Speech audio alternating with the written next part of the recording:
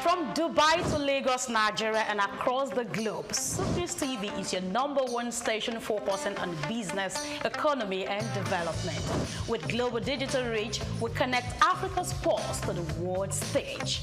Welcome to Supis Television, and here we go beyond the headlines. From breaking news, in-depth conversational programs, to market analysis and indices. From policies affecting growth to unique documentaries, from live event coverage to bespoke productions, we deliver content that connects you to the world.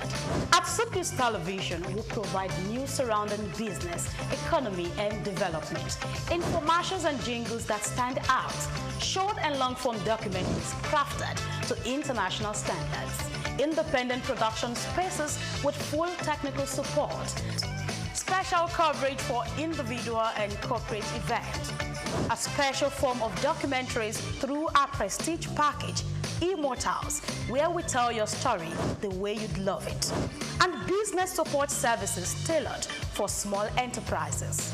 Soap News TV, powered by FemWatch Limited, also home to the Isle 95.9 FM Lagos and Kasua 99.7 FM Kano, and Emirate News Television Abuja, together forming Africa's trusted media powerhouse. Storytelling, coverage, and connection that matters. Soap News TV, your home for business, economy, and development.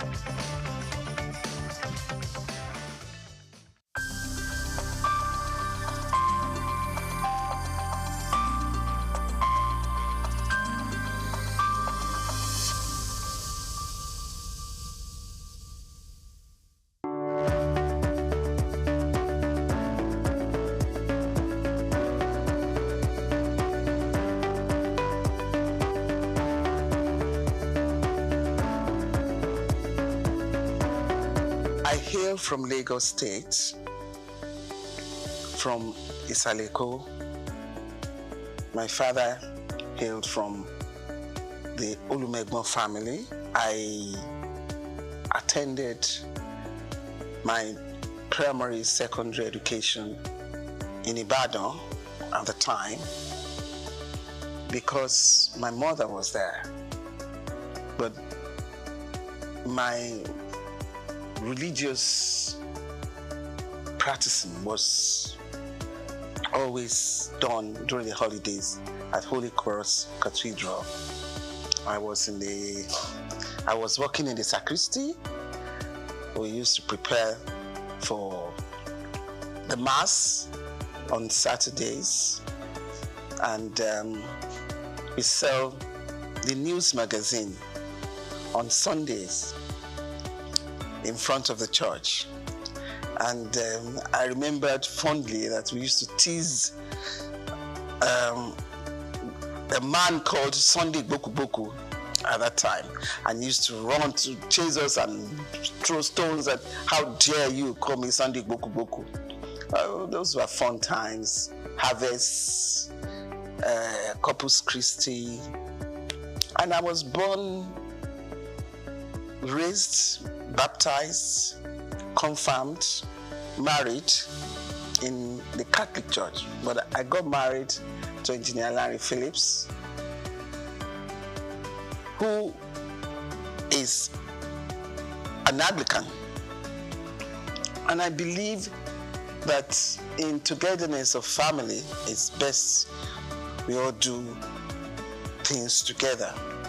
So I moved over with him against the doctrine of Catholic Church to the Anglican Church at Marina, where his family belongs and worships. I attended St. Luke's Demonstration School. We used to climb the mango trees, and there was a mixed school. We used to play at during break time. And in my secondary school was a Catholic school, and it's for you to be prim and prudish in life, and set you on as a lady. And I got some finesse from there too. And but the most interesting one and the most that I can call a one was my HSC in Olivet. I mean, we tried all sorts there. But it was fun and highly educative too. Sportsmanship was there. And from there, I proceeded abroad for my accountancy.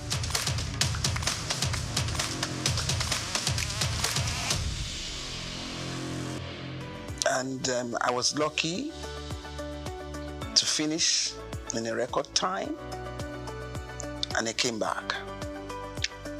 Did my articleship, but married in between.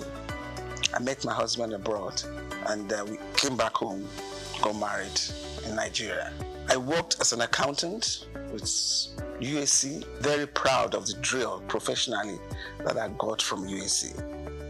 It had set me on a discipline for working, and I thank God that I had that opportunity, which still helps me today. Apart from the fact that my educational background sets me to be a diversified person in so many professions. And you know, as an accountant, accountancy is the best of all, is the creme de la creme, and I've been able to fulfill my professional exposure in every species of responsibilities that I had opportunity to take upon me. And from USC, I proceeded to work for the bank. I went to politics. I became a commissioner in Lagos State, served with the present president of Nigeria. And you know how Lagos is. Lagos is like a country to other states. We went through governance. My team, as you can see, I have some of my colleagues in Abuja now. I have Honorable Minister Wali Edu. I have Honorable Minister Dele Alake. I have Honorable Minister Yemi Cardozo, and so forth. And I served in the bank as a director in Keystone. I've been a chairman of so many committees, you can say that again, in different aspects of life, professional, political, social, and currently I'm now the chairman of Lasaco Insurance PLC.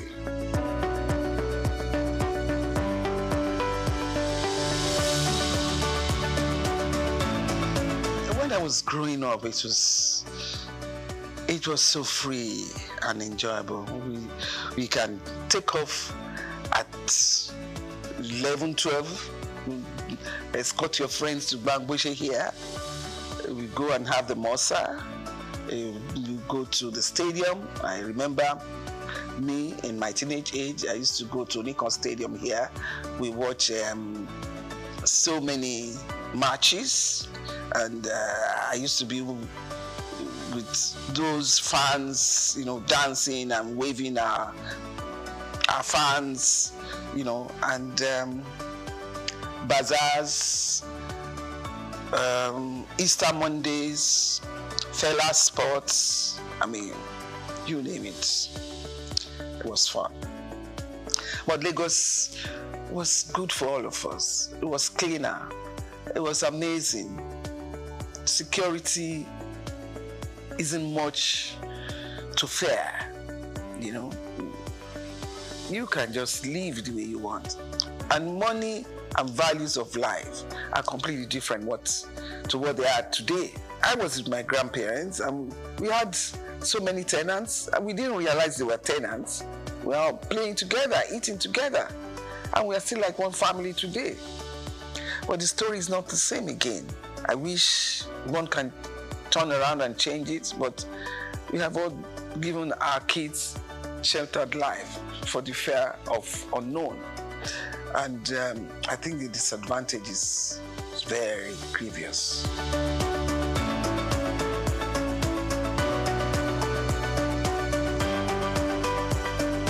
I think first and foremost, God gave me the chance, the opportunities to pass through that in the journey of life. It's not only money that can make you successful in life. I want you to get that. It's an added support for you if in life you have the opportunities of parents who can financially support you. But at the same time, there are kids who didn't have any financial support and have been successful. So to me, success is about self-determination. I grew up around uncles and aunties who are thoroughly educated, and I've always had it behind my ambition that I must be in that cadre. And thank God the opportunity was there for me and I seized it. And I remember myself telling my kids, when I was abroad, I never lived like my father was a rich man. No. I was behind the desk reading and reading till I got successful. And I passed in record time.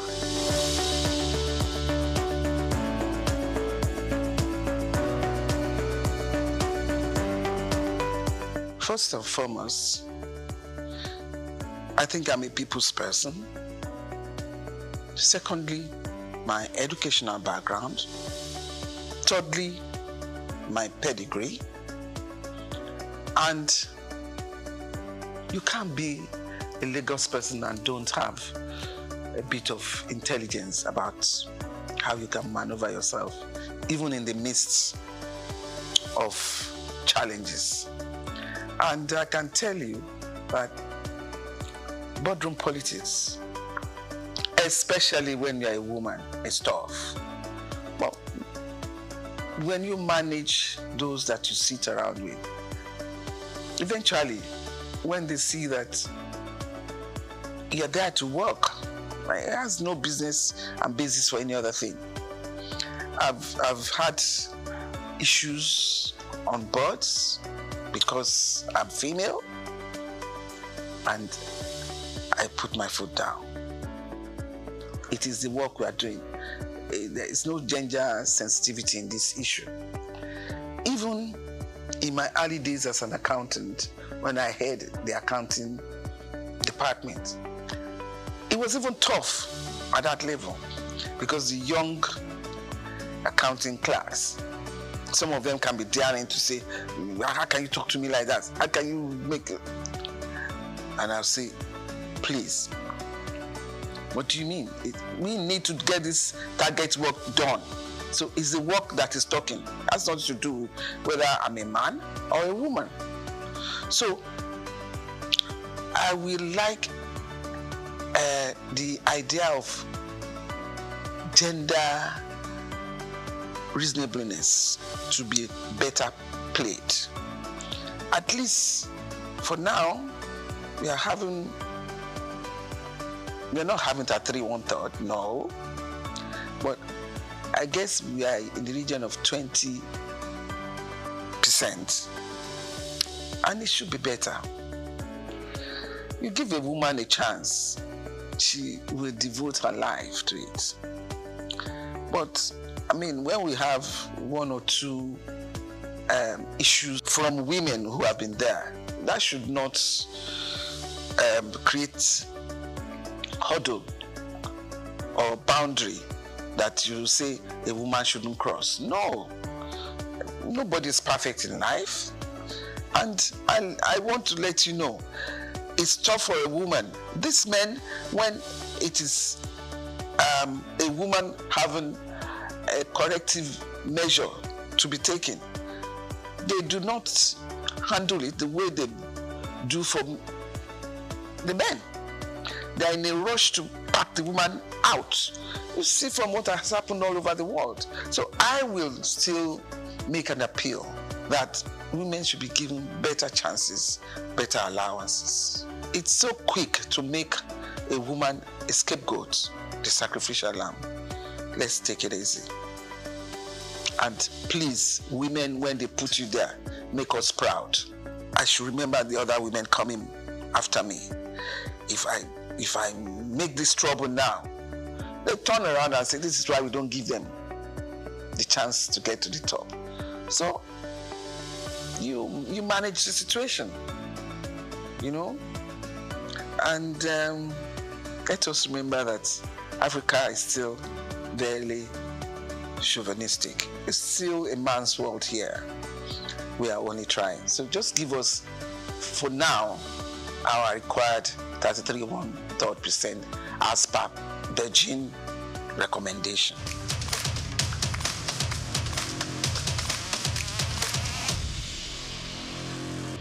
Having been in politics, there are so many factors that bring you up there. Some sensible, which I would call sensibilities. Some sensitive based, which I would call sensitivity. And some as per geographical distribution. If it's not the turn of your section, your district, there's no way they can put you there. But then sometimes it's the turn of your district, and the party supremacy decrees that they don't want to use you. What do? You have to show some resilience as a stable character and do whatever you are given very well. Excel. Somehow, one day, you'll be there. Like Martin Luther King. At the end of that tunnel, I can see the light. Someday, somehow, you get there.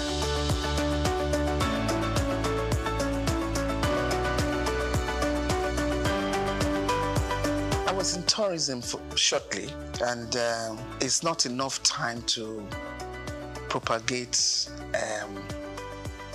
the excellence of your work.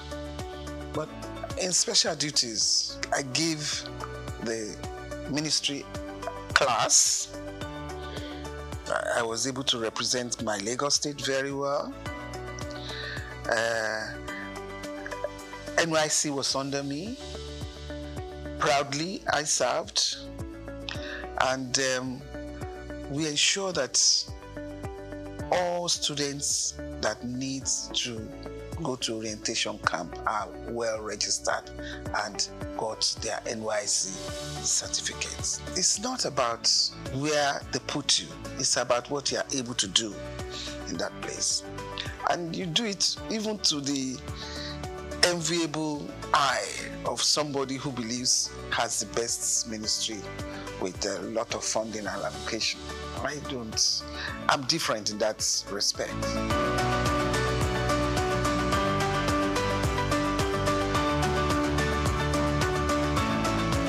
A hard-working man, a man with a lot of sagacity, a man that is very kind, he has human kindness in his heart, a man that is highly focused.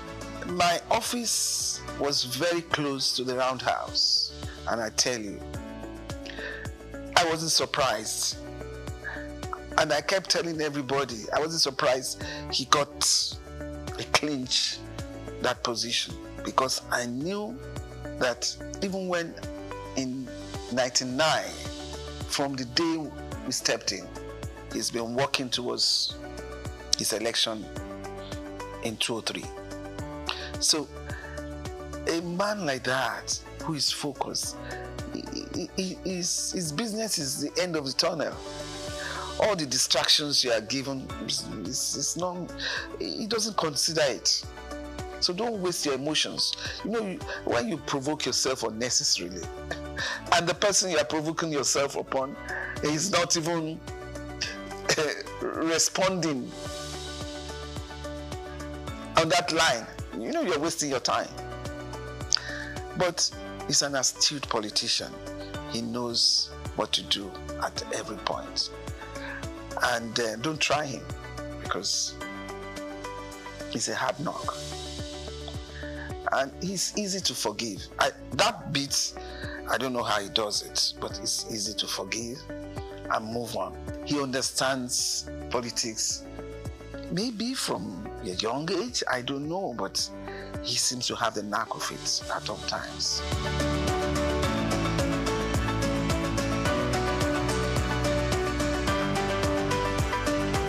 I think that's in the pipeline. I don't have to come here to say that.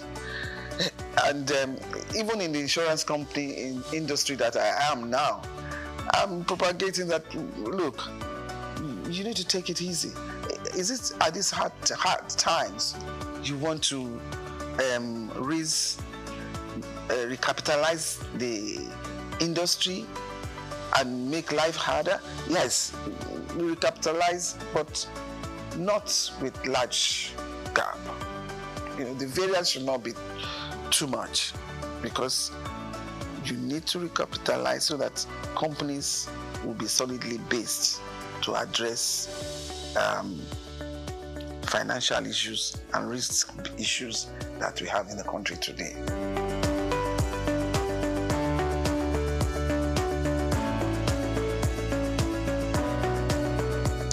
I studied religion for my A-levels in school. I did divinity. It's not just reading Bible. The interpretation, the history, the analogy, all of that I did. And it has helped to shape me for life. It has molded my conscience to a large extent. What I see in religion today, if I go back to the way I have studied religion, I will say I'm worried. The way we have churches established in this country now, I'm talking of my experience in Lagos State. On the street, you can find 6-8 churches, but there is no school. Education is key. Religion molds the character, the moral values about life. I'm not saying they're all totally condemned, but I think there should be more conferences and seminars to appeal to their conscience. It's one God.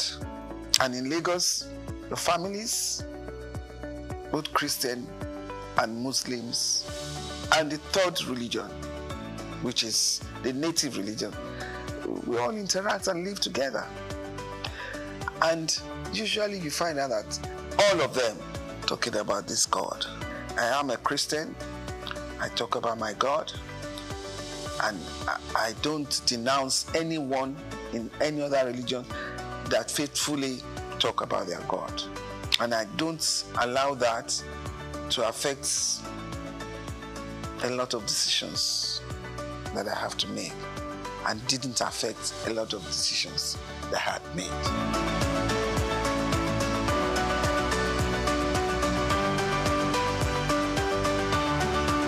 The expectation is too high.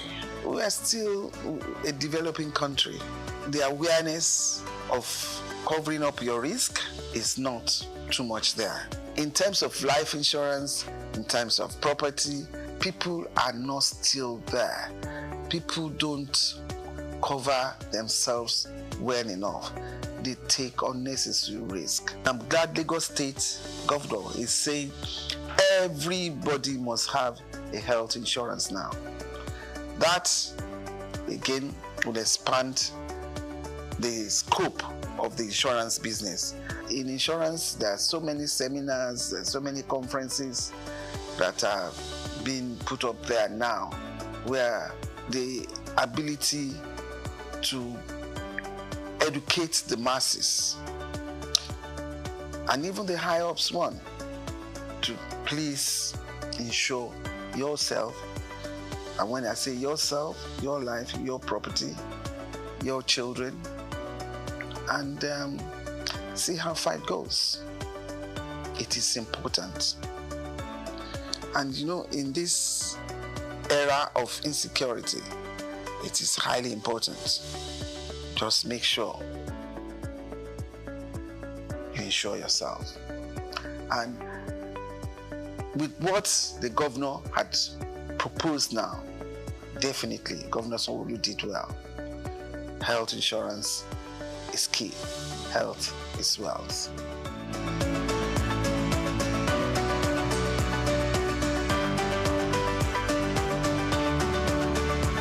First and foremost, inflation all over the world has gone haywire. So it's not peculiar to Nigeria alone.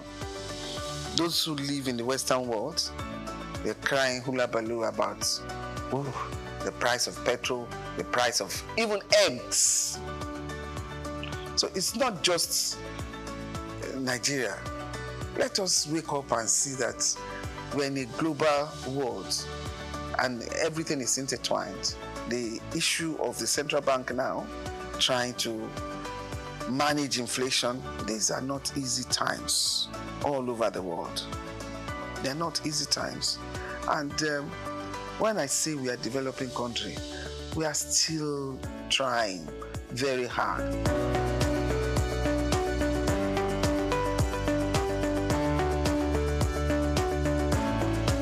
I don't want to say it's sad. It depends on the environment. You know, you can't just bring UAE here into Nigeria. The environment here from inception has not delved too much on tourism. Your tourism is just go on holiday and go back. The beaches are there. And even from 1999, they are trying to redevelop along the beach so that tourist activities can happen. And I'm sure they're still on it. You need tourist attraction where you have every aspect of life when tourists come over. But with the problem of infrastructure that we have in the country, you can't do much tourism for now.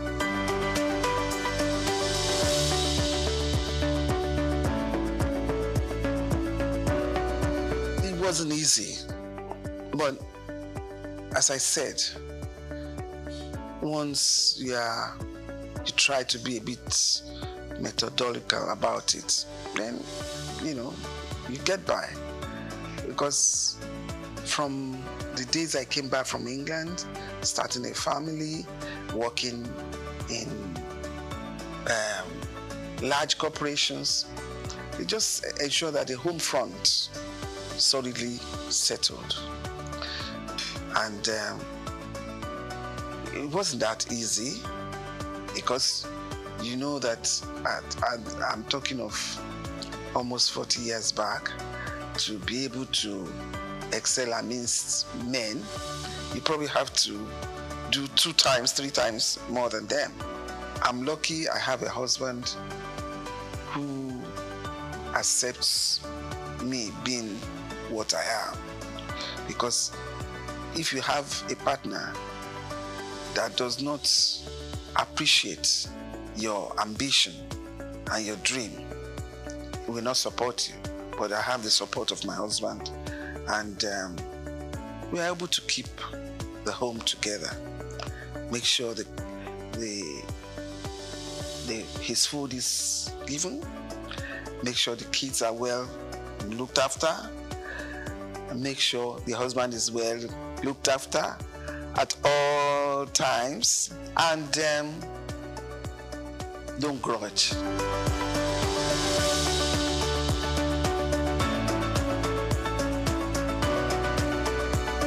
Try to give myself to people in terms of needs.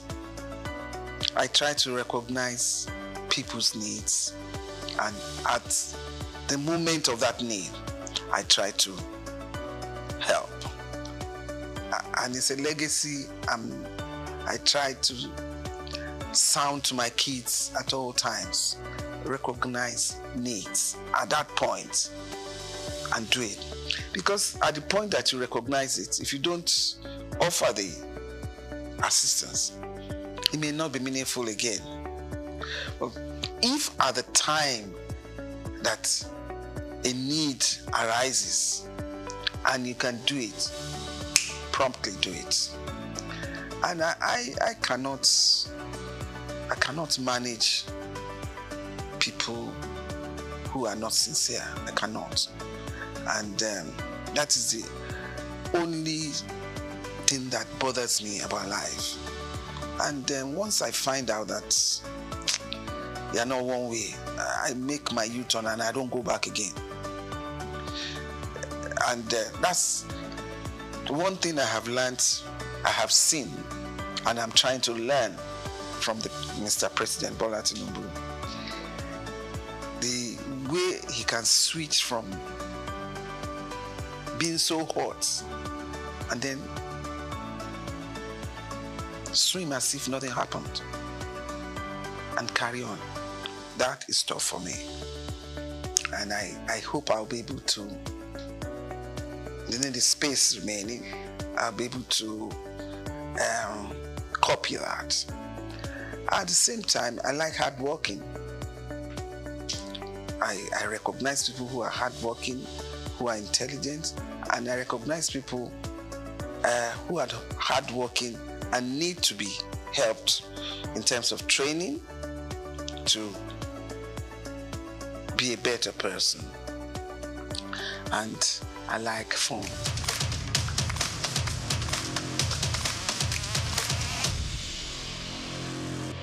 Now let me start with that girl child. That girl child is not so common again. At least most female children are educated now. Outside Lagos, girl child is a big reference. Yeah, I think everybody should be given equal chance to make a life, and a life worth living and contented with. Because if you don't have enough drive and motivation, then life becomes static and you just wear it out and go. But I believe that for women, don't let the men scare you off. You are equally hardworking and intelligent. Expose yourself, but don't mess yourself around. Don't get corrupt.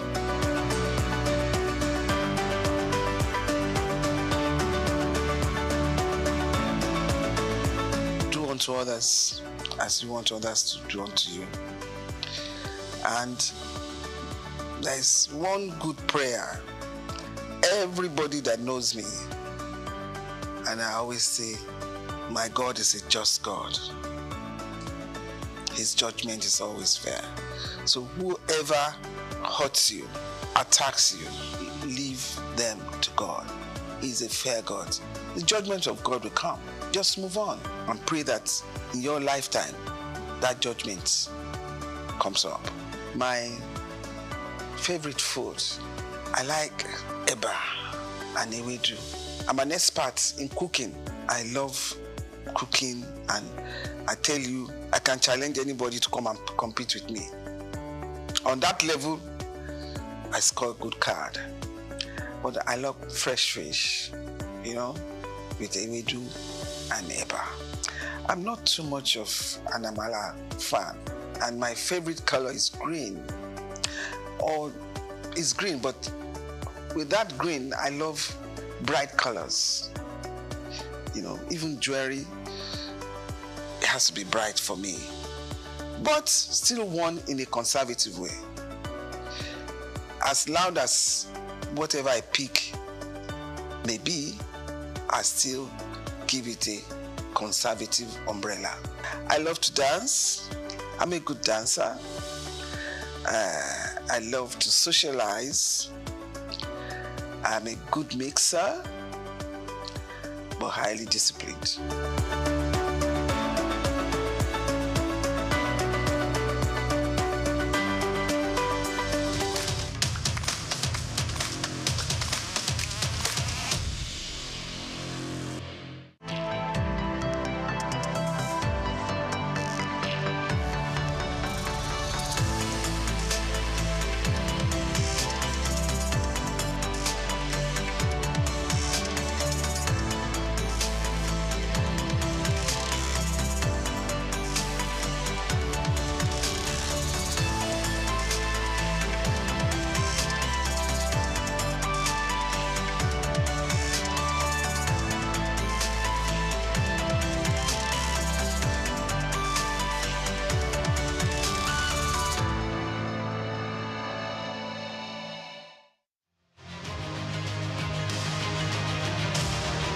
world of business is one filled with men and women willing to dine with risk. And when we seek African business shapers, we see individuals who have denied self to build conglomerates. From controlling over 90% of diesel trade in Nigeria, to almost throwing in the towel, then getting on the Forbes list, we present Olufemi Peter Otedola.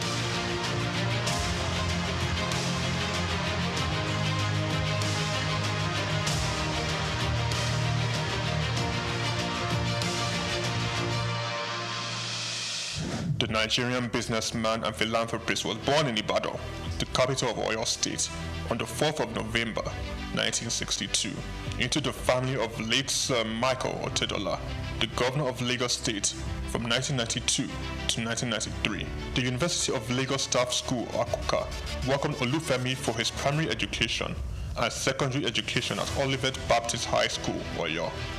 Olufemi proceeded to Obafemi Awolowo University, Ife, for his first degree, graduated and joined the family printing press business, working hard and gaining experience. Femi Otedola ventured out starting Center Force Limited. The company focused on finance, investment and trading. The oil and gas sector was Femi Otedola's next port of call.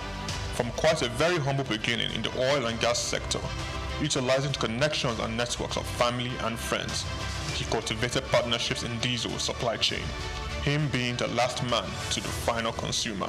Challenges breed opportunities, and in Femi's case, it was a late delivery of diesel from his supplier with a broken truck, and he caught the idea. He could do better and provide better services. He ventured into diesel supply business, buying diesel from a retailer and supplying to companies. Femi Otedola encountered several difficulties securing his supply and timely meeting the demands of his growing clients. This definitely was an opportunity he identified in the fuel retail market. Otedola secured the finance, and Zenon Petroleum and Gas Limited was born, petroleum products marketing and distribution company. Otedola, owner and chairman of Zenon, in 2004 invested 15 billion naira in downstream infrastructure development and acquired storage depots at Ibadan, Apapa, as well as 4 cargo vessels, amounting to a combined total storage capacity of 147,000 metric tons. Zenon Petroleum and Gas Limited also acquired a fleet of 100 DAF fuel tanker trucks.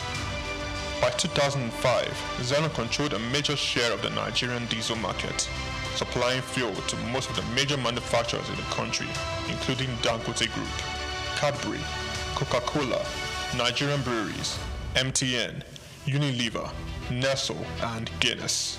Zenon Petroleum and Gas was the name on major invoices, and Femi Otedola the name on every lips, playing toe-to-toe with major multinationals. Zenon, in a very short period, silenced the competition and almost unilaterally determined the price of diesel in Nigeria. The competitors came to Zenon for supply. Femi Otedola, with the massive success Zenon Petroleum and Gas achieved, bought a 28.7% stake in African Petroleum. Otedola branched into the financial sector and aggressively stocked up the shares of leading financial houses. He became a top shareholder in Zenith Bank, United Bank for Africa, and the largest importer of diesel in Nigeria. He acquired major shares of Africa's Finance Corporation, Mobile Oil Nigeria Limited, Chevron Texaco, and Visa Phone. Otedola has his hands deep in real estate investments, including an acquisition in February 2007 by Zenon of Starling House in Victoria Island, Lagos from the federal government. Lagos, London, Dubai, Monaco all have the signatures of FO Property Limited. He was appointed chairman of the Transcorp Hilton Hotel Abuja and tasked with driving its expansion and upgraded to a 7-star facility. Otedola has served as a member of the Nigerian Investment Promotion Council since 2004. Was appointed by President Goodluck Jonathan to Nigeria's National Economic Management Team. Otedola is chief executive and president of the Seaforth Shipping Company Limited and was at one point Nigeria's largest ship owner after extending control over the distribution of diesel products. One of his ships, a flat-bottom bunker vessel with a storage capacity of 16,000 metric tons, was the first of its kind in Africa In January 2006, Otedola was appointed a non-executive director of Transnational Corporation of Nigeria PLC, a multi-sectoral conglomerate established in 2004 by then President Olusegun Obasanjo to respond to market opportunities requiring heavy capital investment in Nigeria and across sub-Saharan Africa. He held this post until February 2011. Otedola was appointed chairman and chief executive of African Petroleum in 2007 through the acquisition of controlling stake in the business. Following Otedola's entry into the company, African Petroleum share price rose sharply, increasing the market capitalization from 36 billion to 217 billion naira in 6 months. In March 2009, Otedola became the second Nigerian after Aliko Dangote to appear on the Forbes list of dollar-denominated billionaires with an estimated net worth of $1.2 billion. Otedola announced a move to upgrade African Petroleum's liquefied petroleum gas storage terminals in Lagos, Kano, and Port Harcourt in October 2009. Harsh economic conditions necessitated by the slump in the oil prices and credit squeeze of 2008-09 led African Petroleum to record a loss in 2009. With the world oil price crash came difficult moments for Zenon and Otedola. He was very close to complete bankruptcy. I said to myself, I was not going to have friends and enemies. I was going to have only competitors. I had two options: commit suicide or weather the storm. African Petroleum, rebranded in December 2010, changed its name to Fort Oil PLC. Otedola paid his near $1 billion debt and invested in the financial industry, making him a top shareholder in Zenith Bank and United Bank for Africa. Otedola restructured the business, focusing on technology and improved corporate governance, and in 2012, Fort Oil returned to profit. Otedola financed 57% of Fort Oil subsidiary, Amperion Limited, which acquired the 414 megawatt Geregu power plant for $232 million in 2013. Fort Oil improved financial position and diversification into power generation resulted in a 1,321% rise in its share price. The first half of 2014 saw the company's pre-tax profit more than double year on year to 4.1 billion naira. Revenue growth for the whole year was 33%. Fort Oil sold 70% of its equity to Swiss commodity trader Mercuria Energy Group in September 2015, giving Fort access to global commodity markets. The deal was thought to have given Otedola an estimated $200 million. In 2019, Femi Otedola sold Fort Oil PLC and announced plans to change focus from oil to power with his company, Geregu Power PLC. Geregu Power PLC became the first power generation company to list on Nigerian Stock Exchange, demonstrating to stakeholders in the sector how they can fix financing and make profits sustainably. The company's market capitalization is now 726.75 billion naira, and the share price now 290.7 naira from the 2.5 billion shares that were listed at 100 naira each. Otedola, the chairman of Geregu Power, sold down a Geregu stake to bring on institutional investors. In October 2021, Femi Otedola was announced as the single largest shareholder of First Bank PLC. FBN Holdings, the parent company of First Bank Limited, witnessed a commendable 437.9 billion naira surge in market capitalization. FBN Holdings appointed billionaire Femi Otedola as the new chairman of its board of directors, effective January 31st, 2024. Femi Otedola has had its share of controversies. Zenon was among the number of companies named in an alleged fuel subsidy scam report. This was followed by a case against Farouk Lawan for bribery. Otedola has also lost in the ever-evolving competing space of business acquisitions. Transcorp and Huheli Power Plant are two notable projects he closely bidded and lost. Femi Otedola philanthropy is quite remarkable. Otedola made a 300 million naira donation to the completion of the National Ecumenical Center in Abuja. In 2007, he gave 200 million to the State Security Trust Fund in a drive to reduce crime in Lagos. Donated 100 million naira to the Otedola College of Primary Education in Ekpe. In 2008, he donated 80 million to the Faculty of Agriculture at the University of Port Harcourt. Femi Otedola pledged and redeemed $25,000 to the Super Eagles in the match against Algeria in 2019 AFCON. He gave all 750 students of Augustine University 1 million naira each. Otedola sits comfortably on the Forbes billionaires list of top 20 richest people in Africa. Femi Otedola is married to Mrs. Nana Otedola and have 4 children: Olawumi Christy Tolani, Florence Ifeoluwa, Elizabeth Temi, and Fewa Otedola. Olufemi Peter Otedola is a standout astute business executive.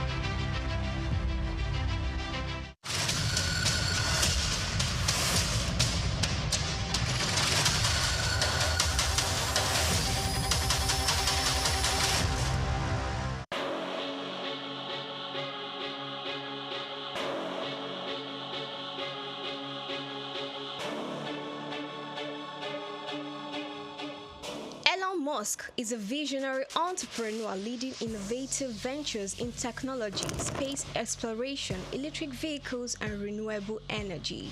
Musk was born on June 28, 1971 to a South African engineer and his mother, a Canadian model and nutritionist in Pretoria, South Africa. His talents for computers and entrepreneurship emerged early, and at age 12, he created and sold a video game. Musk studied physics and economics at Queen's University and the University of Pennsylvania. In 1995, Musk founded Zip2, sold to Compaq for $307 million. He also co-founded X.com, which became PayPal, acquired by eBay for $1.5 million in 2002. Driven by a vision for humanity's multiplanetary future, Musk founded SpaceX in 2002, developing affordable rockets to support International Space Station mission and NASA's Artemis program. He became a major investor in Tesla 2004, launching electric vehicles like Roadster, Model X, and Model 3. Tesla unveiled the Cybertruck, beginning deliveries in 2023. Musk acquired X, formerly known as Twitter, in 2022, aiming to enhance future and transparency. Musk has at least 12 children from multiple relationships, including Justin Wilson, Tallulah Riley, Grimes, and Siobhan Zilis. Through SpaceX, Tesla, and other ventures, Musk shapes technology and innovation globally, and his influence extends beyond business into politics and culture.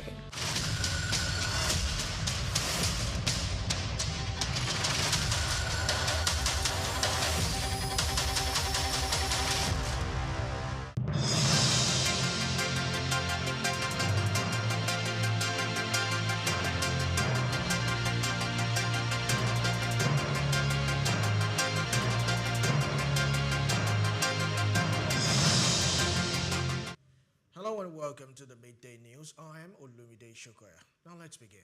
The Nigerian Coastal Service Area Command has intercepted contraband items valued at 1.99 billion naira between September 1st and October 9th, 2025 along the Lagos-Abidjan corridor. Addressing journalists on Thursday at the command headquarters, Custom Area Controller Wale Adenuga said the seizures include 10,000 bags of expired flour imported from Egypt, valued at 1.2 billion naira, conveyed in 5 trucks. Adenuga warned that the expired products posed serious public health risk, including food poisoning and infections, if allowed into the Nigerian market. He added that operation also led to the confiscation of various illicit drugs and other prohibited goods, reinforcing the service resolve to safeguard public health and national security through tighter border surveillance. Lagos State government has announced a 15-day closure of the Marine Bridge Ijora Apapa to enable critical maintenance works by the Federal Ministry of Works. The closure beginning Saturday, October 11, will run in 2 phases and affect traffic flow between Ijora, Apapa, and Costain. Commissioner for Transportation, Honorable Oluwaseun Oshiemi, said motorists are advised to plan alternative routes and remain patient during the repair period. The maintenance will focus on fixing the bridge's underlying bearings to ensure structural safety and longevity. During the closure, traffic will be diverted through Ijora Causeway access ramp and Lil Pond access ramp to reduce congestion. The government also disclosed that Adeniji Adele CMS corridor will undergo a 6-week repair beginning October 12 with partial lane closures to minimize disruption across Lagos traffic networks. The Zamfara state government has reported a total revenue of 358.9 billion naira for the 2024 fiscal year, representing 82% of the 437 billion naira target. The State Auditor General, Abubakar Dan Maliki, disclosed this during the presentation of the 2024 Citizens Accountability Report in Gusau, noting strong growth in value-added tax, internally generated revenue, and statutory allocations. Commissioner for Finance, Bello Altar, said the report marks the first of its kind under the present administration, adding that 105 billion naira worth of citizens-nominated projects were fully executed across the state. He highlighted significant fiscal discipline reforms, including improved documentation and transparency and revenue management. Governor Dauda Lawal, represented by the head of service, Yakubu Haidara, reaffirmed his administration's commitment to open governance and public accountability. He said the financial report demonstrates how state resources were mobilized and spent to deliver projects and infrastructure, ensuring that citizens remain informed about the government's fiscal performance. National Treasury in South Africa has said the country remains on track to meet its 2 main fiscal goals in the current financial year, stabilizing public debt and expanding its primary budget surplus. Duncan Peters, Director General of the Treasury, told Reuters that fiscal conditions are currently fairly healthy, with both debt to GDP and primary balance targets expected to be met. After years of rising debt, the fiscal outlook has improved significantly. Treasury data for the first 5 months of 2025 to 2026 financial year show revenue up by more than 10%, while spending has increased by only around 4%. Spending restraint has been added by delayed budget approvals due to coalition negotiations and tighter controls on social grants disbursement, a major government expenditure. South Africa's debt to GDP ratio rose from 26% in 2009 to 27% in 2025. The Treasury now expects this figure to stabilize and begin to decline. A growing primary budget surplus where revenues exceed non-interest spending will support efforts to reduce debt, free up funds for public services, and boost infrastructure investment. Finance Minister Ina Godogwana will deliver the mid-year fiscal review on November 12th, providing updated revenue and expenditure forecasts for the current and upcoming years. The United States Department of the Treasury has finalized a $20 billion currency swap framework with Argentina and purchased pesos in the open market, delivering on a pledge Donald Trump to support the country's struggling economy. The move immediately strengthens the peso and lifted Argentina dollar bond as investors reacted positively to the intervention. Scott Bessent, U.S. Treasury Secretary, said the action would stabilize market without constituting a bailout. The assistance is backed by the Treasury's $221 billion Exchange Stabilization Fund, and it involves coordination with International Monetary Fund, IMF, which maintains its own $20 billion program with Argentina. Argentine Finance Minister Luis Caputo and IMF Managing Director Cristina Georgieva were part of the talks in Washington. The support package comes just weeks before Argentina's October 26th midterm legislative election and is seen as a strategic boost for President Javier Milei, a Trump ally. The U.S. sees the aid as advancing its strategic interest, including Milei's pledge to limit China's influence and open critical mineral sectors to American companies. Although peso's rebound was immediate, analysts warned that public discontent was austerity measures could shape electoral outcomes, making the coming vote a pivotal moment in Argentina's economic trajectory. Many thanks for watching. Do well to follow us on all our social media platforms at Souk News TV. I am Olumide Shokoya. Coming up shortly is Just Africa. Stay with us.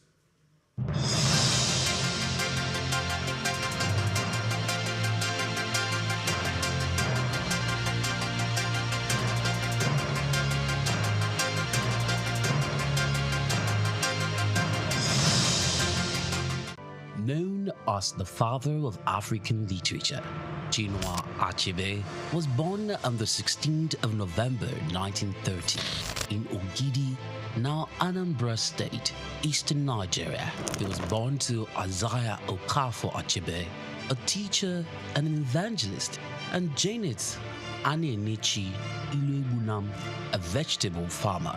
Achebe has reshaped the global understanding of African identity through the power of storytelling. Raised during the twilight of colonial rule, Achebe's education was steeped in both Igbo tradition and the Western values of post-colonial Christianity.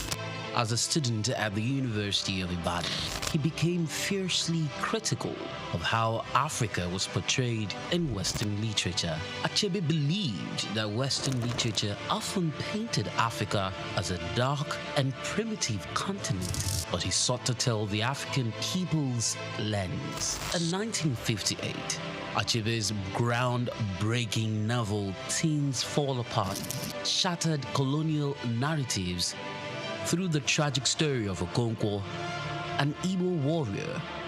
Achebe illuminated the complexities of African culture and the devastating effects of European colonization. Things Fall Apart became more than just a novel. It became a symbol of African resistance against the oppressive narratives of colonialism. Achebe was not just a writer, he was a passionate advocate for African self-determination, and his political activism made him a critical voice in the post-colonial era. Even after a life marked by personal and political struggles, including a car accident that left him partially paralyzed, Achebe continued to inspire. He taught at Bard College and later Brown University, where his influence reached new generations of writers and thinkers. He was married to Christiana Chinwe Okoli and they had 4 children. Sadly, he died in March 2013 at the age of 82. Chinua Achebe's legacy endures in his novels, his essays, and in the countless voices of African writers who follow in his footsteps. He gave us a voice, a story, and a vision of Africa that is ours to share.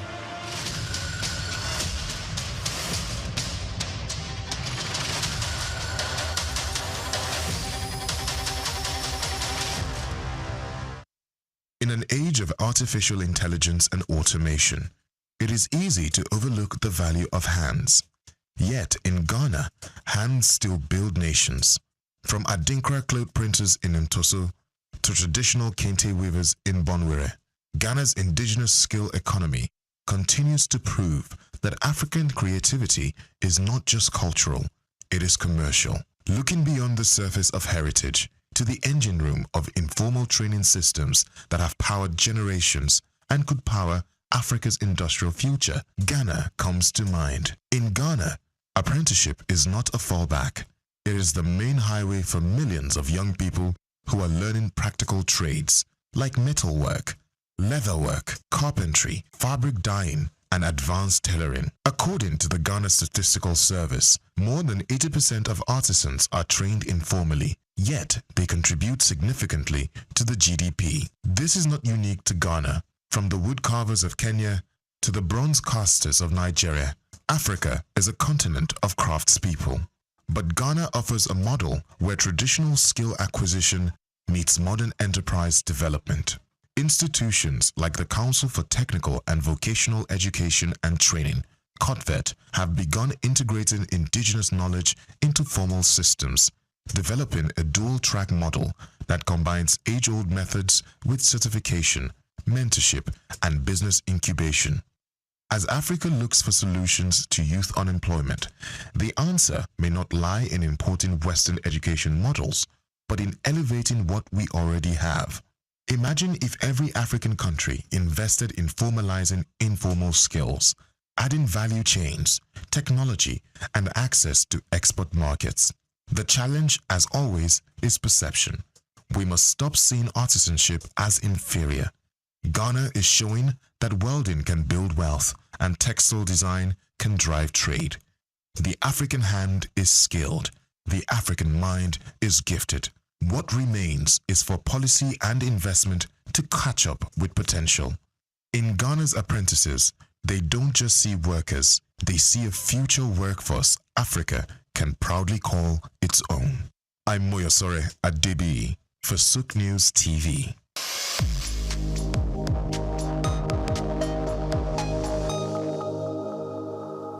When conversations around figures, I mean money, flies around, serious-minded and business-conscious people will at every point open their eyes because business ideas and opportunities can come up even at a bar. But for us, we are bringing you business ideas to your doorstep. And today I am saying welcome to Cashcraft, where we share with you tips on making money. We dig into the ordinary things around us, things we pass by daily, never knowing they could be our next income stream. My name is Grace Komolafe, and today we are stepping into the world of charcoal.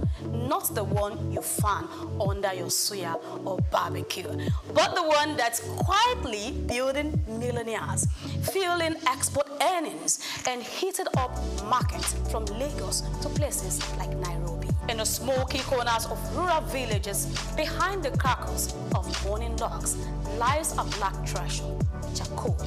It may not glitter, but don't be fooled. Charcoal is hot business, literally and financially. Now, before you turn up your eyes thinking it's dirty work for tired farmers, I want you to pay a close attention because this is business, not bush talk. Charcoal is made by carbonizing wood, burning it slowly in a low oxygen environment to remove moisture and volatile compounds, leaving behind a high carbon energy packed fuel. It's used in households, restaurants, bakeries, foundries, and exported in tons out of Africa to Europe, the Middle East, and Asia.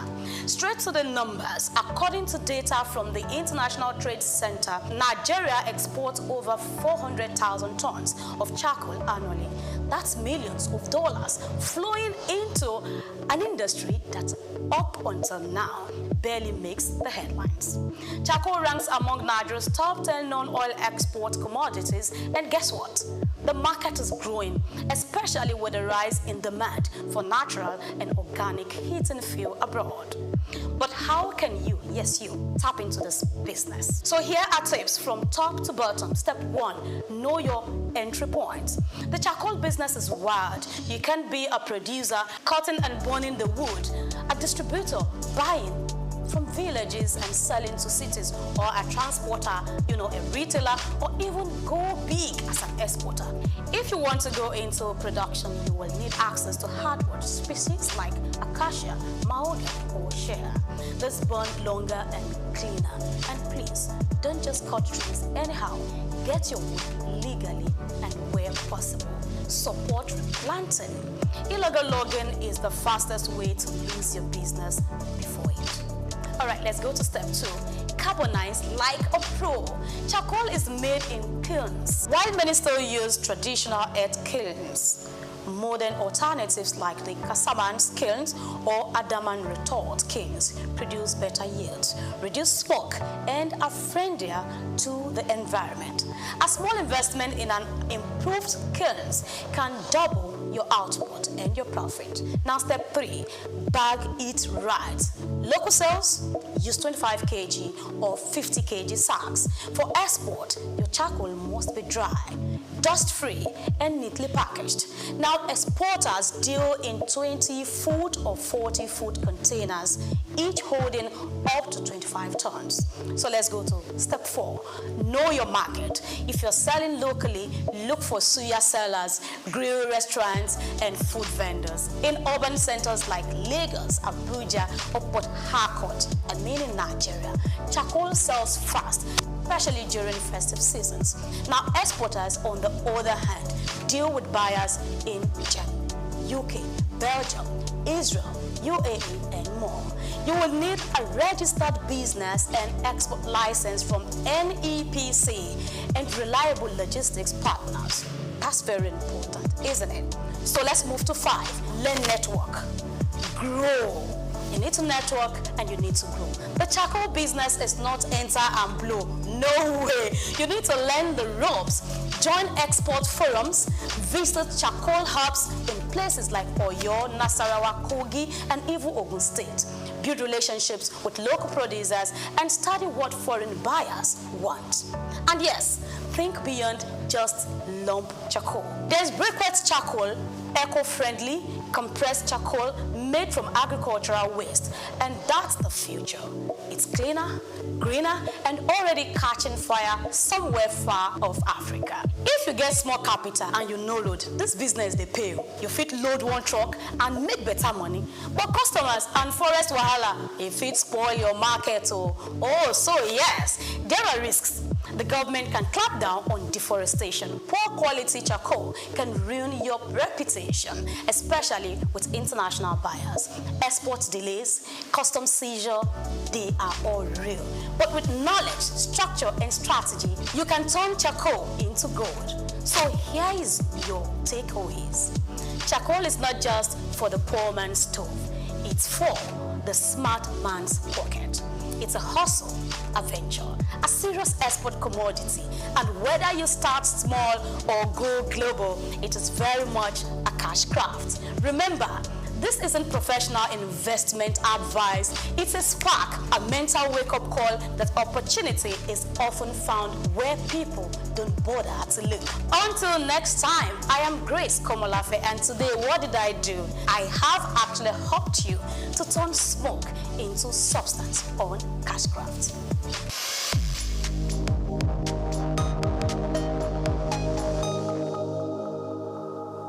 Lesotho, a country like no other on the African continent, and in fact, like no other in the world.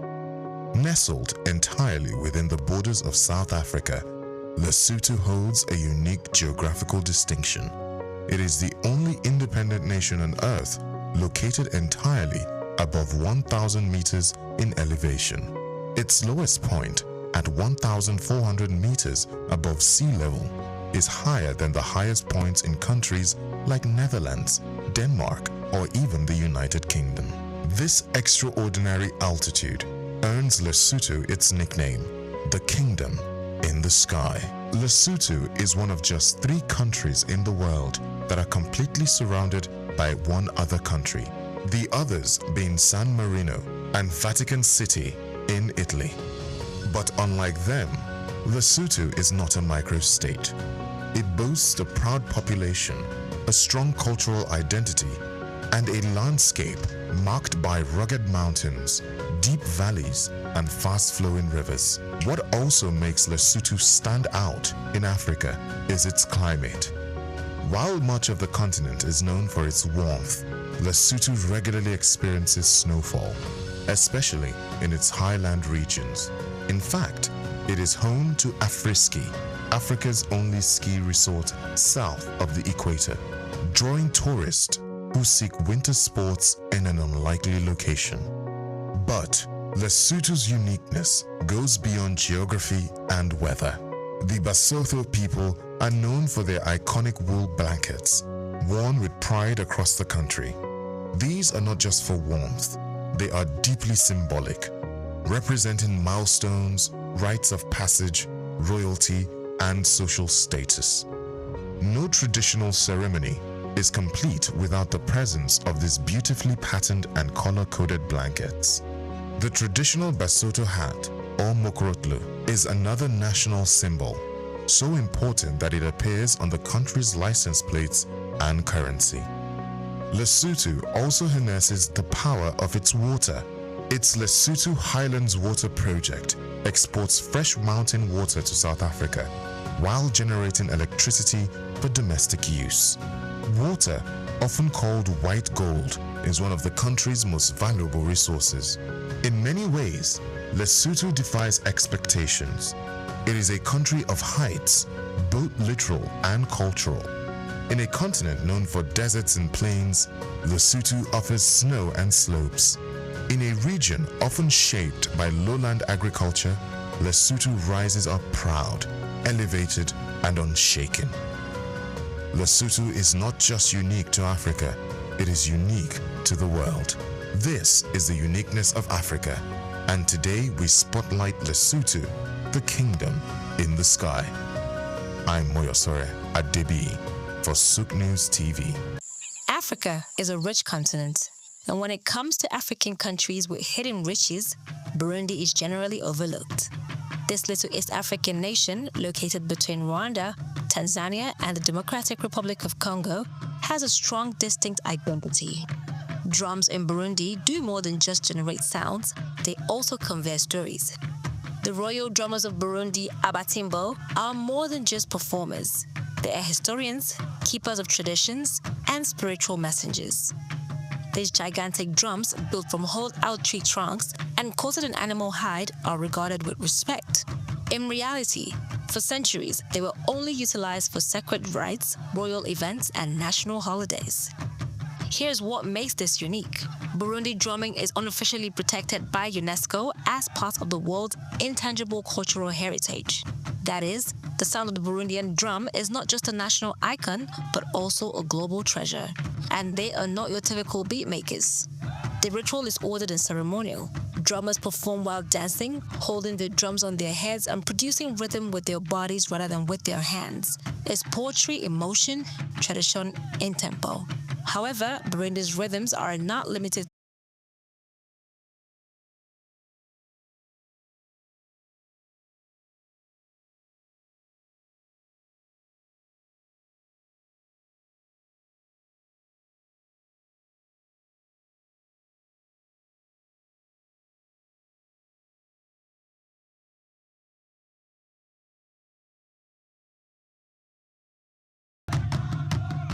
Fourth largest island, stands as a geographical and ecological marvel of the southeastern coast of Africa.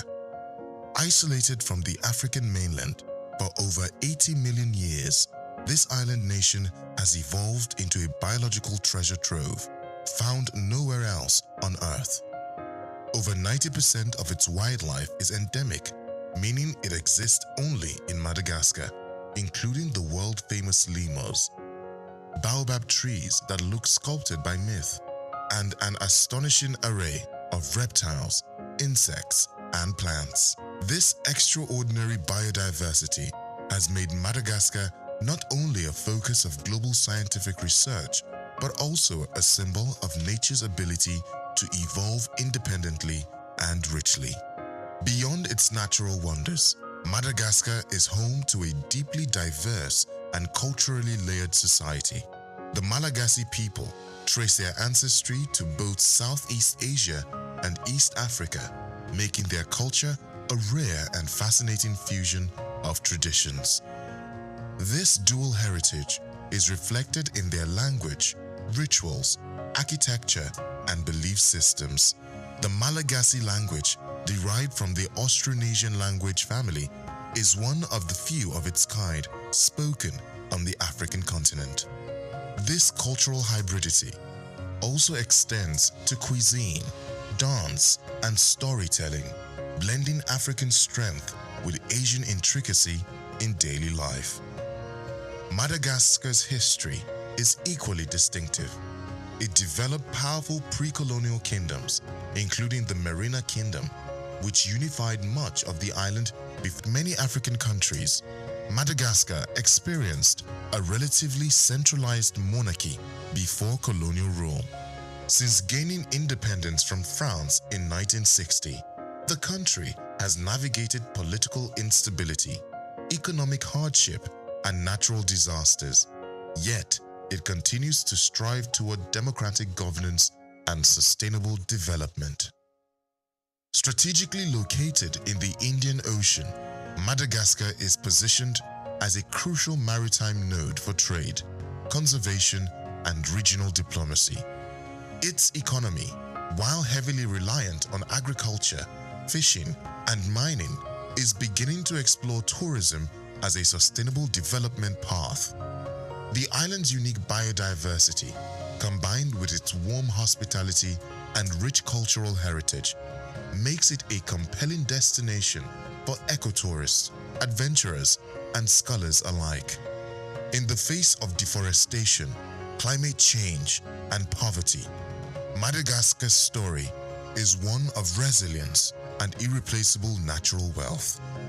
It serves as both a warning and a wonder, reminding the world of what can be lost through neglect and what can be preserved through global cooperation and local stewardship. Madagascar is not merely another African country. It is an ecological arc, a cultural crossroads, and a national identity unlike any other on the continent. I'm Moyosore Adebiyi for Souk News TV.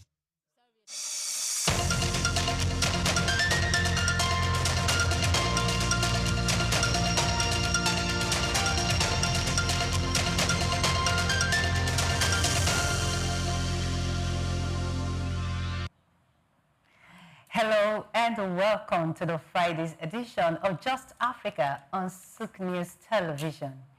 You know, this Souk News TV is the window that opens businesses, economy, and development stories to the rest of the world. Here, we break down trends, spotlight opportunities, and track the forces shaping Africa's future. I am Omevi Idolo, and I don't have to do this alone. I have the handsome Amul. No, the reason. Today I didn't thank you. It's always relaxed, and it's nice to be here again after taking my own hiatus for a while. And having, in fact, today's conversation is very, very interesting. I'm going to have somebody who's doing something unique, and I want us to talk about it. Yes. I don't want to be the cat out of the bag. You're going to actually... No, don't worry. I'll leave you to do it. Okay, so Africa's music industry is no longer just a cultural powerhouse. It has become a global business frontier. Genres like Afrobeats have already conquered international charts. On today's show, our focus will be on building a business model around drill and Afrobeat. But first of all, let me make you understand what drill is. Drill is a gritty, lyrical, and often dark subgenre of hip-hop born from the urban realities of Chicago and London. Drill is being reborn, finding a powerful new voice and a raw, authentic expression here on the continent of Africa. For artists and executives, the big challenge is not only to create fresh sounds, but to build models that make these genres profitable, sustainable, and exportable. Amolo, new sounds, drill, Afrobeats, new sounds. What do you think of that? So I've seen a lot of merger with Afrobeats. We've done our piano with Afrobeats, jazz with Afrobeats, even the Afrobeat, which is with Fela Zone. They're not doing Afrobeats now with pop, with different kind of other genre. So I mean, how about do it with something else, drill? And when I first heard sound, I mean, drill used to be very popular in the UK. In fact, that's what most of these young black American, British boys do. They all do. Most of them do drill. And it's no longer a sound, it is now a culture over there. And then when I said, okay, you know what? We've been doing lots of fusion with other genres. Let us do drill and Afrobeat. And the person that tried it killed it. Yeah. He killed it. And I thought, like, well, you know what? This is a movement that has started. Perhaps we're going to see more of them come out and then see our own Afrobeats go farther into other continents in the measure of drill. You know, getting to understand that Afrobeat has taken over the world. I am saying that Afrobeat is actually going to lift drill So the combination of it is going to be a very big market, and not just for Nigerians right now, but even the UK market. So I think that's one big thing that the world should be looking out for right now. But we'll go on this quick break, and when we come back, we have an amazing guest in the studio with us. Just stay with us, we'll be right back.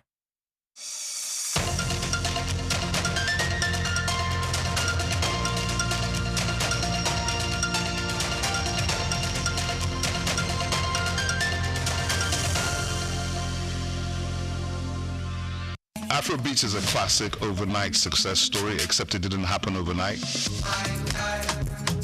I'm happy to be here. One of the key things about the Omniverse is that it's designed to go beyond an event and designed to be fully something that people can engage beyond the summit. The point being that Nigeria has so much to bring to the world in terms of these things, but we will be bringing fresh energy, fresh ideas, a fresh engagement, and we're obviously open to collaboration. But hip-hop, it never dies. What's the difference between Thor and Shango? Thor is approaching $50 billion in revenue. Shango's broke somewhere outside Lagos. And that's a lack of imagination on our part of hip-hop, and they're all Nigerian. So to be seen and to be noticed is very hard if you're not in the place where all the noise is being made.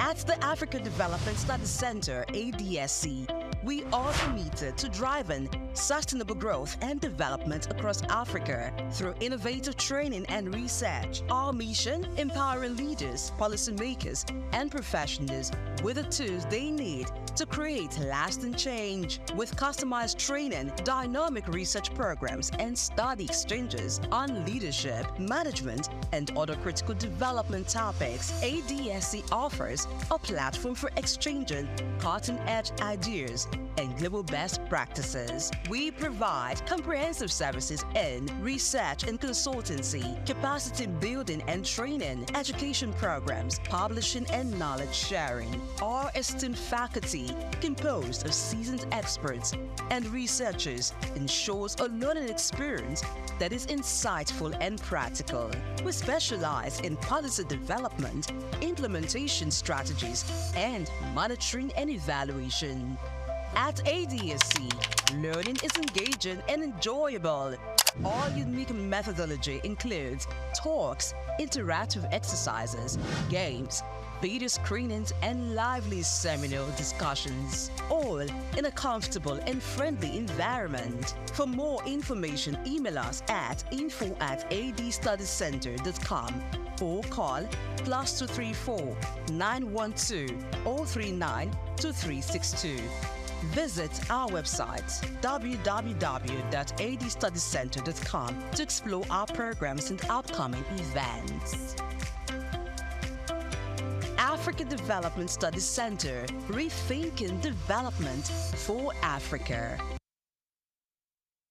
At the Africa Development Studies Center, ADSC, we are committed to driving sustainable growth and development across Africa through innovative training and research. Our mission, empowering leaders, policymakers, and professionals with the tools they need to create lasting change. With customized training, dynamic research programs, and study exchanges on leadership, management, and other critical development topics, ADSC offers a platform for exchanging cutting-edge ideas.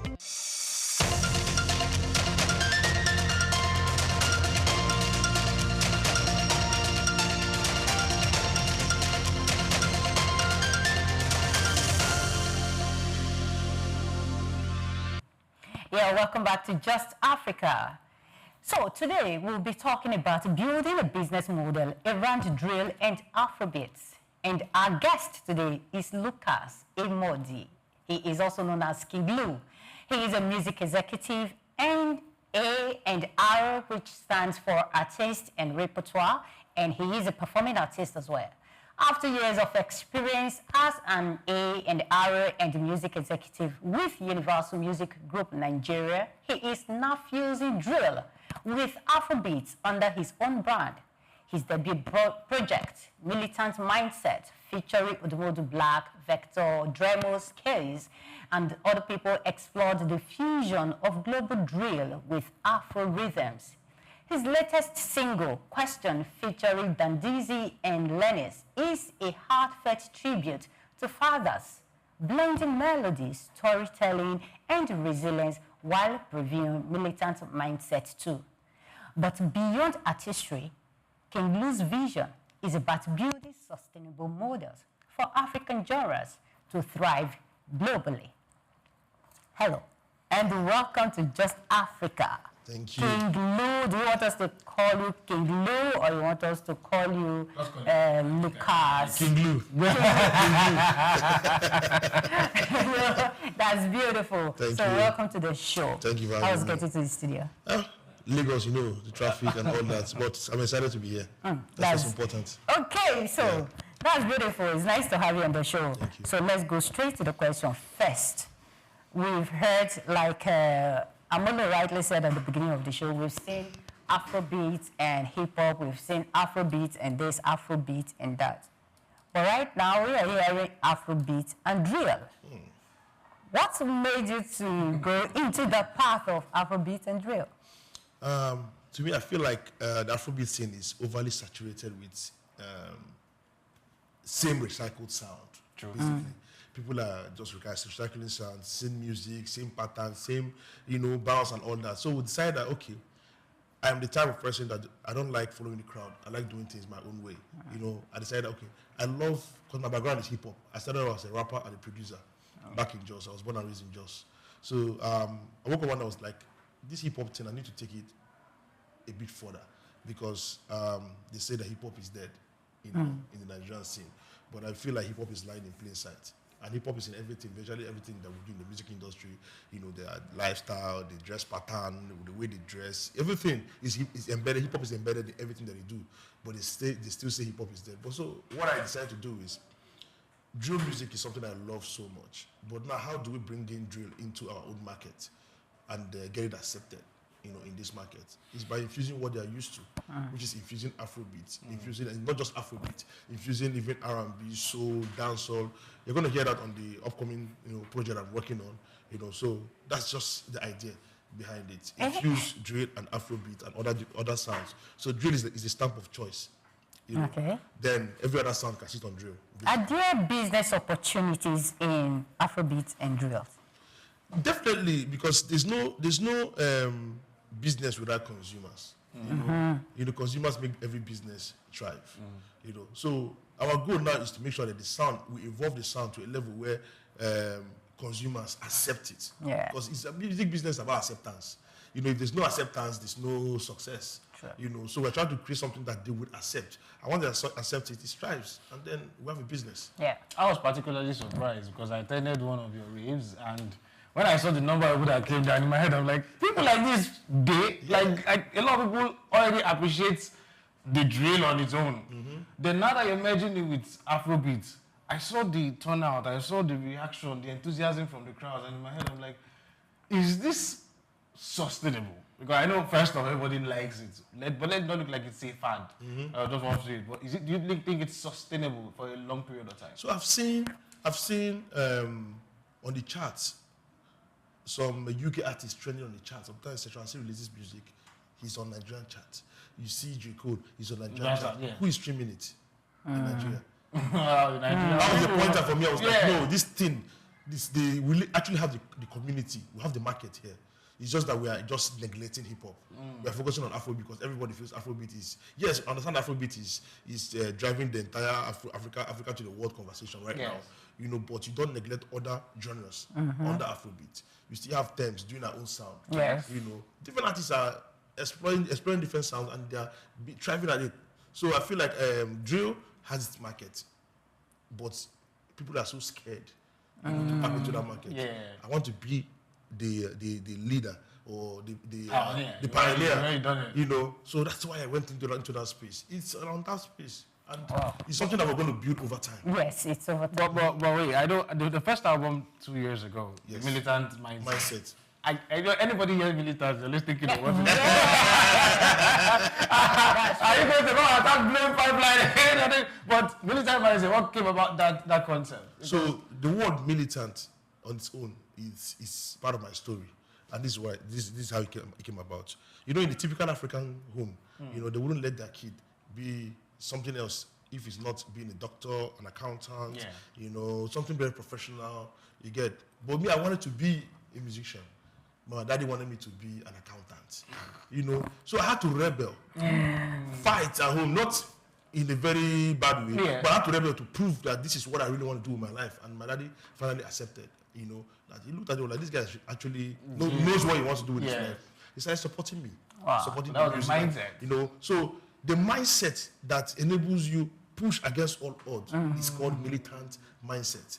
You believe in the beauty of your dream and you are pushing, you know, against whatever challenges that's coming your way. That's militant mindset. Well, thank you very much. I love that. So you have been a music executive for a long period of time now. Correct. So from your time at Universal, what is that mistake that artists often make when they are trying to promote their music internationally? I think I would say, will you say internationally? Because the distribution platforms already make the music available worldwide. Worldwide, you know. I think one of the major or the common mistakes that artists make is not having proper knowledge about how the business is being done. You know, so people just upload their music on DistroKid or one of those distribution platforms, and then just, you know, let it just go naturally without understanding that there's actually marketing drive behind pushing that music. You know, they don't understand that they need to register their songs, you know, with collecting societies to help them collect royalties on their behalf. You know, they don't understand these things. And then a lot of artists are losing money on the back end without knowing that they're losing money. So there are a lot of things that I learned working with Universal.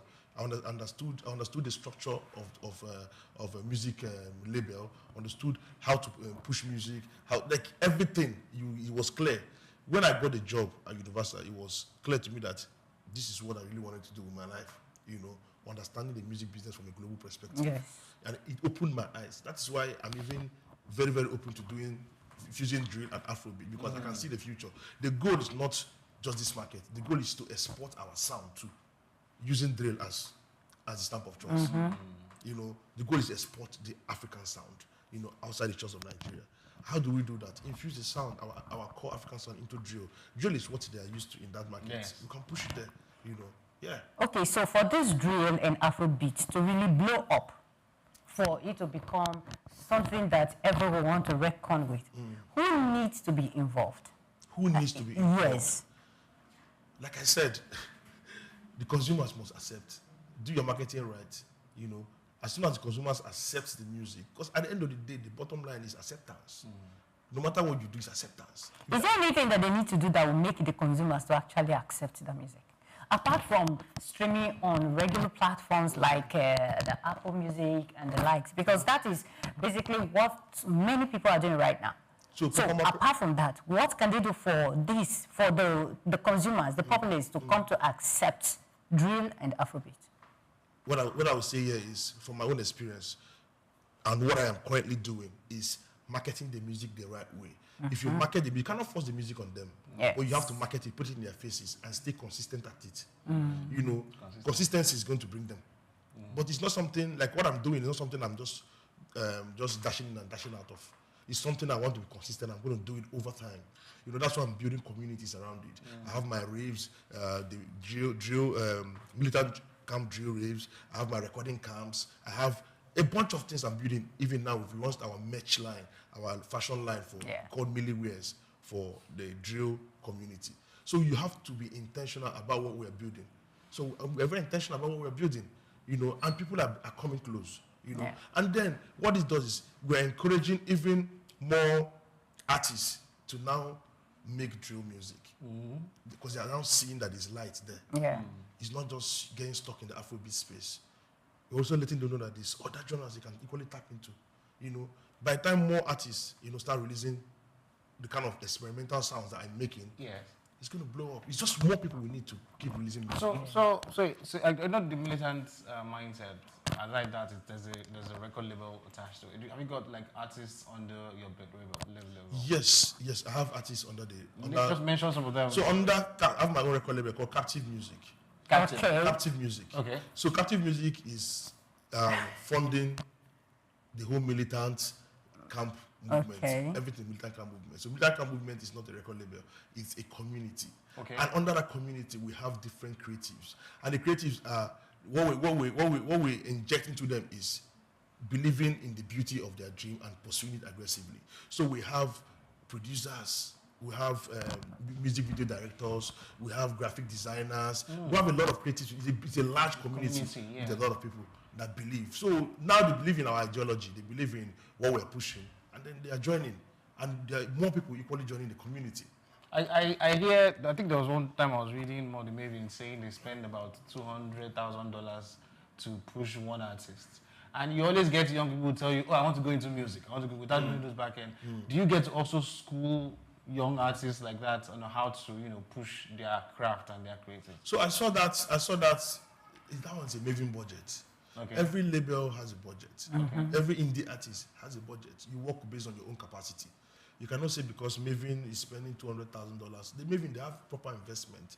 Maven is under Universal right now, so there's proper investment, to actually push the artist. But for new artists, I don't want them to get discouraged. God has given you that talent, and there's always going to be a way for that talent to be seen. Leverage the little resources you have around you. You have social media. 10, 15 years ago, there was no social media to market music. There was no TikTok to market music. Everything was physical. We were doing the Alaba route. Put the music on mixtapes. The CDs. And then radio, and then clubs. That's how we get to know. Oh, this song don't blow. But now you have access to digital platforms. You have access to social media. You can easily just create content, post on social media. You don't know who is watching. Most of the major artists today were discovered on social media. I understand. They're trying to discover that on social media. So you cannot say as an artist you're discouraging yourself by saying, oh, it's too expensive to push music, and then you're staying at home and not doing nothing. You have to post the music. You don't know who's watching. You don't know who's going to be interested. There are investors, there are A&Rs everywhere, scouting for talents on a daily basis, like trying to get talents. So you're going to be doing yourself a disservice if you're not creating content and posting on social media. Yeah, I have a question on that investor, but I'll come back to it after this. Now the question is, when we talk about business model, because that's the topic right now, we'll talk about business model, building business model around Afrobeat and drill. What does that mean to a musician? So what that means to a musician is building a structure around the music business. Structure is, what I mean is, under the music structure, you have this publishing, this licensing, this all of that, the distribution. These are the business models that we set around to make business successful, to make people so that executives, record labels, artists can earn from their craft. You get me? So all these things are designed, to help push the culture forward. Before, like I said, 10, 15 years ago, there was nothing like publishing for us. We don't know what publishing is. We don't know what distribution is. We don't know all these things. But now, all these things that we put in place in our Nigerian music, industry, artists are earning. Like, look at our artists, Burna Boy, Whiskey, Davido. These guys are buying cars, what billions every day. It goes a long way to show that there's money in this business, and that is because there's proper business structure in place for them to make money. Even the new guys are making money equally. If these business structures are not put in place, there's nobody, and it's going to even get more better now that we have AI in place. AI is going to even make even though this disadvantage to having AI involved in this thing, but also we have to evolve to that space where we understand that AI is just here to support and help make everything even easier, for us. So as executives or as a creative, you must make sure you do extra. AI doesn't take your job because that's the fear right now. That AI will take your job. Once it comes to anything else, comes to analyzing data and whatnot, AI is there. But now in using the AI, even that AI still needs human to give it the prompt, to act. If not, it's It's garbage. Yes, I really like your explanation right now. So you were talking about investors. Please, when he said investors, he wasn't referring to Sabinos. But that's but that's by the way. So you're talking about investors. So how do you convince companies, individuals, corporate bodies, governments, or whomever to invest money into a new sound? For instance, you now hear something like Drill Ninja. How do you convince them? What do you need to tell those people to convince them that yes, that sound is the next big thing that is happening to Africa? You know, our business, our music business is not buying and selling. First of all, let's establish that fact. It's something that you have to invest in long term. Yes. You know, a lot of investors that don't understand the business just come in, just dodging, and then they're out because they don't have the mindset of building. Because anybody, like I spoke to an investor a few weeks ago. Yeah. If you know you're going to come into this music business, you must come in with the mindset of a builder. You know that you are building. It's not buying and selling. You don't expect to put in $10,000 and then repeat within 2 months or 3 months. It doesn't work that way. You have to keep investing until that product becomes global or is big, and then now you're making your money from that. You know, so the best advice I always give, Don Jazzy Quali said in one of his interviews that he does not like all this investment conversation. It stresses him out. Because honestly, our business, music business is gamble. If I'm to put it that way, gamble in the sense that you might not know what works. Everything we just predict. But we look at the talent. Oh, this talent, you know, is good. There's potential here. And then you just put the money. That money you're putting in there is gamble. Even there are a lot of good artists that have invested millions, hundreds of millions. They're still nowhere. You know, so the best way to invest and to convince an investor is to show them that, okay, you have made this, look at what you have built so far, and it has worked for you. What they're coming in to do is just to expand what you already done. Yes. That is why right now, there's no investor. I'm not talking to no investor. I am building personally with my own personal funds because I don't have that time to go and start convincing somebody. Because how do you want to explain it to them? They don't see your vision. They don't see it. That's exactly the same thing Don Jazzy did. I always use Don Jazzy as reference because he's the most successful music business mogul in Africa. And what he did was personal funding went into this thing before investors are coming. Once investor, it's just simple, it's business. They come, they see the potential, the success they already, what they're doing is investing in what they're already seeing to expand it. That's all. But how do you balance, because I know you're an artist, and a producer. Now you're a business person again. How do you balance all that? It's confusing for me. I wear different hats, but I have a huge team that I work with. So I've built a structure around myself. You know, I run a marketing agency. I have people that work there. You know, I'm an executive producer and A&R under my record label, Captive Music. A lot of people cannot do what I do, but I don't know how I do it.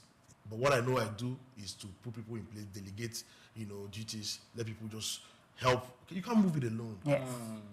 You want to go far, you move with people. You can't move alone. So I have a huge team around me. You know, shout out to them. Never work alone. You can't work alone. But are there any challenges you've noticed since you started doing this? Because at least being an A&R, right, you get to source these talents. And then having to push them to get to the point where individually they can stand on their own. Have there been challenges that you've noticed so far? Because anybody who wants to try to do this should be able to know the pitfalls that they might face. So the biggest challenge is a human factor. A lot of artists are really not... because it's one thing having the talents and another thing having good character. You know, your character can limit you from actually going far in this business. There's only a few people that really escaped it. I don't want to call names, you know, but I value my own pattern is I value the talent that has good character. You must have good character. It's important in brand building. You cannot be what's it called? A less reliable person or someone that has a questionable character and then you're an artist. How would brands even want to work with you? Associate with you, You get me? So it's important that as I'm building you as an artist, your character needs to be equally be shaped. But if I see that I cannot shape you, I'll let you go. Yes. Because this is the reason why a lot of people just look at the talent and ignore the human being.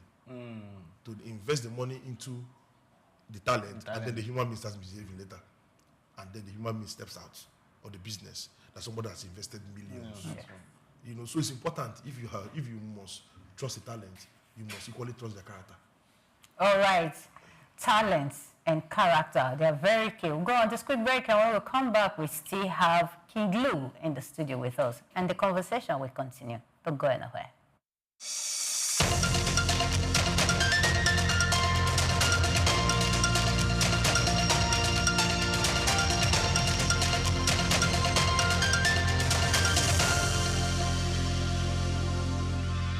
Afrobeats is a classic overnight success story, except it didn't happen overnight.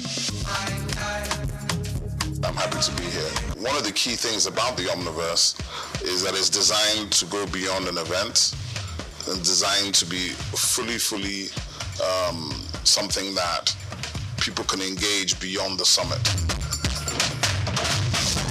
The point being that Nigeria has so much to bring to the world in terms of these things, but we will be bringing fresh energy, fresh ideas, a fresh engagement, and we're obviously open to collaboration. But hip-hop, it's never dies. What's the difference between Thor and Shango? Thor is approaching $50 billion in revenue. Shango's broke somewhere outside Lagos. And that's a lack of imagination on our part, Africa, and they're all Nigerian. So to be seen and to be noticed is very hard if you're not in the place where all the noise is being made.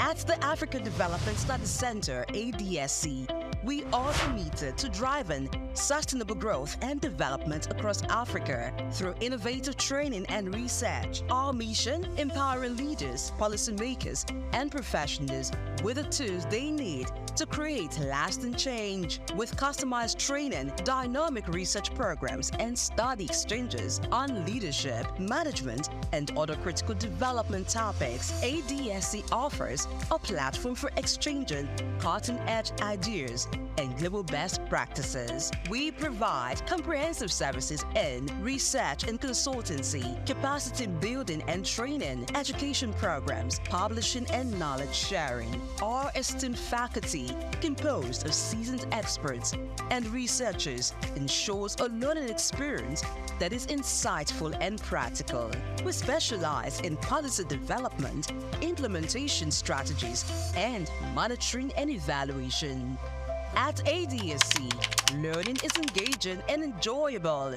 Our unique methodology includes talks, interactive exercises, games, video screenings, and lively seminar discussions, all in a comfortable and friendly environment. For more information, email us at info@adstudiescenter.com or call +234 912 039 2362.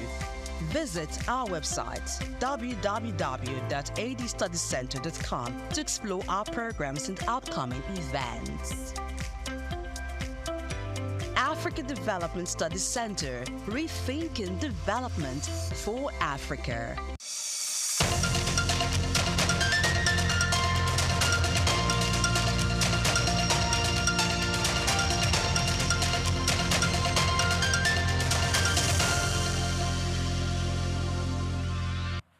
Yeah, welcome back to Just Africa on Sook News Television. Please do well to follow us on all our social media platforms at Sook News TV. Please like, share, comment. Of course, we'll read back your comments, and we have some of them as conversations. But we still have King Lou in the studio. He is a drill and Afrobeat artist. And of course, he's giving us a robust conversation on building business around Afrobeat and drill music. Okay, so I have one question. I love the fact that how you talked about the business aspect of the music of Afrobeat and drill. So I want to ask now. Many artists believe in concepts. yes, doing concerts, traveling around, and which is okay. But is that all there is when it comes to the business of music? There are different avenues that artists can actually really make money from. You know, you've mentioned concerts. You can make money from publishing. You know, they can make money from licensing. They can make money from that's streaming. Yeah. You know, that's streaming, making the music available on Apple Music, Spotify, and whatnot. They can make money from there. They can equally make money from brands affiliation, endorsements, and all that. So there are different, numerous avenues that artists can make money from now. Okay, so the money we are making now, which is very important to me, how do we ensure that money stays in Africa? Because what we see these days, we now see some of them, they go out, they want to, of course, it's okay to do a tour, which is fine. But how do we ensure that this money stays in Africa? Instead of going abroad, you buy houses, you do certain things there, then when you die, they bring you back home? No, they still buy houses in Nigeria. So we want to ensure that the money stays in Africa, you know? No, they're just, I don't know for them, I cannot speak for them, but I just feel like they're just trying to play safe. You know, in our Nigerian system, if you know how the whole industry has been built, there's never been government involvement in building our industry. It's been individuals, you know, both on the music side and the movie side. It's been individual efforts, you know. But I think there's currently conversations for government to, you know, to step in now, you know, and put certain rules and regulations, you know, to govern the entire, you know, business structure. You know, which I know they're good at. We're not bringing them to come and invest yet. You know, we're just saying, build social amenities, build proper venues for us. Like, we don't have proper venues.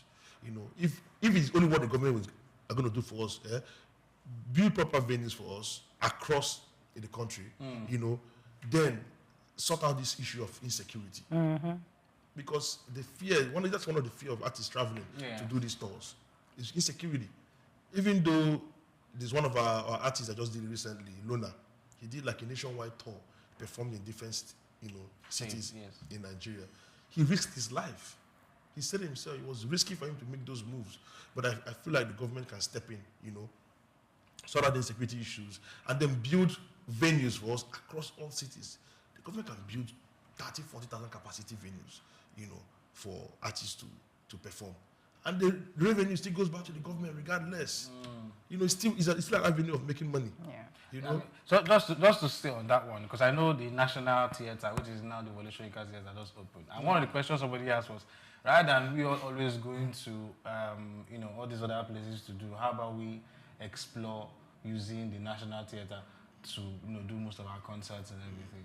And then I understand because of the seating arrangement, perhaps. But then again, can artists always explore that option? Yes, why not? Why not? If it is conducive, you know, for what the artists have in mind, you know, for their own show. It's just right now these days it's just tiring. That it's just a hotel, It's tiring. It's actually really tiring, you know. We need to see more venues, you know. Even the place you just mentioned now, I've not been there, so I don't even know what that place looks like. Okay. I don't know what it looks so like. just explore some of those options. That they have. But let's come to your music now, the drill and Afrobeats, right? Yeah. I know I listen to Jai every day, and that song was always like one anthem until questions came. Now, I know your choice of artists that you collaborate with, I don't know. Is it that you have there's a reason why you pick the ones that you collaborate with? But then again, questions told the story. Yeah. And anybody who listens to it, especially as a man who is a father, would necessarily want to resonate with it. Yes. It is drill, it is Afrobeat, but it's still sending a message. How did you do all this? So Question is a clear intersection between drill and Afrobeat, and that has always been my goal, to create something that is going to resonate with both people that love Afrobeat and people that love hip-hop, you know. That's how Question came about. And then the story behind Question is, a lot of men can relate, you know, because right now we're now fathers. You know, we now feel how our fathers used to feel then. You know, some of us grew up with this resentment that our fathers are stingy, our fathers are this. But these men were really just trying their best to provide. They were not perfect. You know, they were figuring out life. You know, they are on earth, just the way we are on earth, experiencing life for the first time. You know. So, but growing up, we looked at them as superhumans, you know, without knowing that they equally have flaws. Now that we are adults, we are grown, I have 2 kids, so I know what it means to pay bills. You know, I know what it means to pay bills, and I'm wondering, how did my father even do it? I grew up in a family of 6. How did you raise 6 kids? How did you do this? How did you, like, the question will always be, how did you do it? And the reason why we even created a song is the fact that fathers are really underappreciated. If I use that word, you know, I think we have just one Father's Day in the whole of the year, but we have multiple Mother's Day and all that. I'm not going to start doing that one because it's not